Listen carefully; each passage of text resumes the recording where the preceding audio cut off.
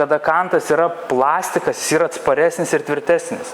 O su hoteiru, matai, gaunam visas tas pliusus, žinai, gauni ir temperatūrai atsparumą didesnį, drėgmiai didesnį, o visi, žinai, šaukia MDF-as, žinai, dažytas labai faini, žinai, tipo labai drėgmiai atsparu, bet mes tą patį galim gauti. Ir beveik siūlių nematom, beveik nieko, kaip ir pats grynas MDF-as gaunasi.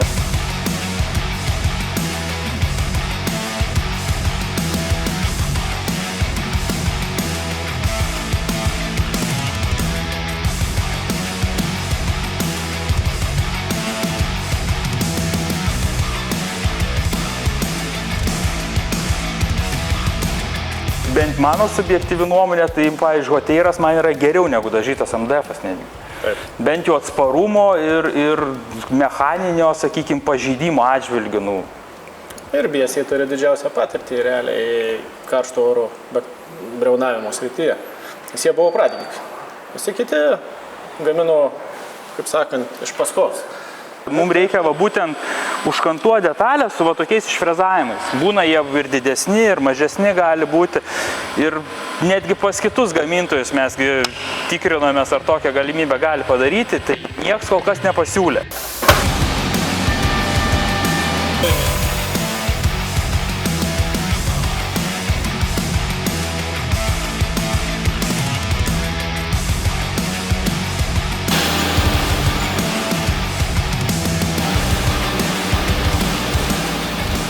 Jo, labai, matai, džiaugiamės, kad prieš pat staklių pastatymą, tos kursus padarė operatoriai. Matai, staklės dar ne tik staklės viską daro.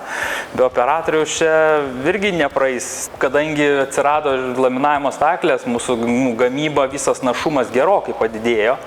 Mes galim ir daugiau pagaminti, ir kokybiškai baldų pagaminti. Su tom atsiranda ir vėl žmonių kiekis papildomas, arba netgi jeigu ir nepapildomas, tai bent jau kompetencijų kėlimas irgi yra labai aktualus. Tai mūsų mokymo akademija, Goodwinner akademija, yra tam ir skirta, kad tiek naujus operatorius apmokyti, tiek senus galbūt pakelti lygį. Nes dažnai žmonės sako, žinau viską, bet kai pradedi klausinėti, pasirodo, kad ne tiek ir daug. Galutinė produktų kokybė iš tikrųjų lemia įrangos ir operatoriaus sinergiją. Šitoje vietoje reikia suprasti ne vien patį įrengimą, bet ir pačią technologiją. Tai yra briaunavimo technologija, kuri yra pakankamai jautri, sakyčiau.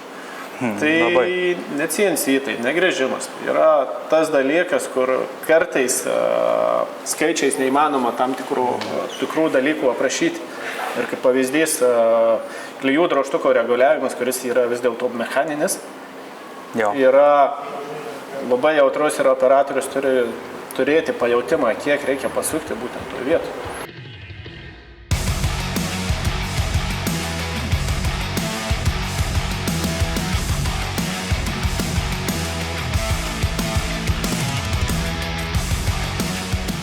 Furnitus pastaruosius jau 3-4 metus mes labai dideliais tempais augam, tai didėja ir žmonių kiekis, paėmus prieš 2-3 metus mūsų buvo gal 4 žmonės tik tai, dabar išaugam jau iki 10 žmonių komandos.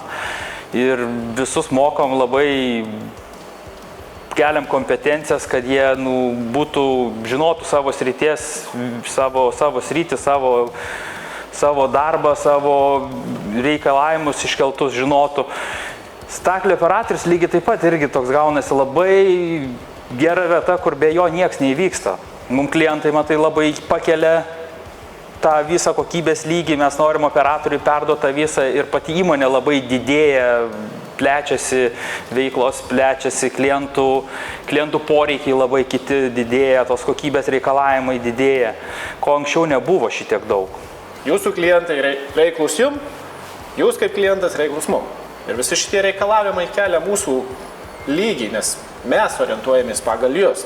Ir ta kartelė, kurią užkelia jūsų klientai, įpareigoja ir mus. Ir tai yra tikroji partnerystė.